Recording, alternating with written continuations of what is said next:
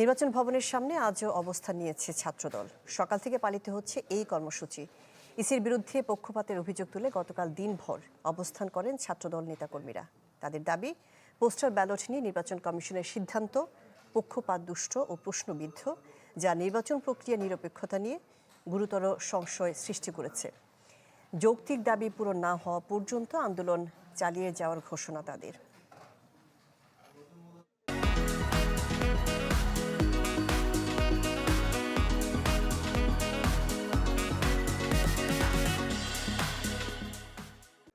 আমরা আজকে তাদের সেই আশ্বাসের প্রতিফলন দেখতে চাই, বাস্তবায়ন দেখতে চাই। আজকে যদি আমাদের দাবি আদায়ে আপনাদের সদিচ্ছার প্রকাশ না পায়, আমরা আমাদের সব ধরনের পন্থা অবলম্বন করব।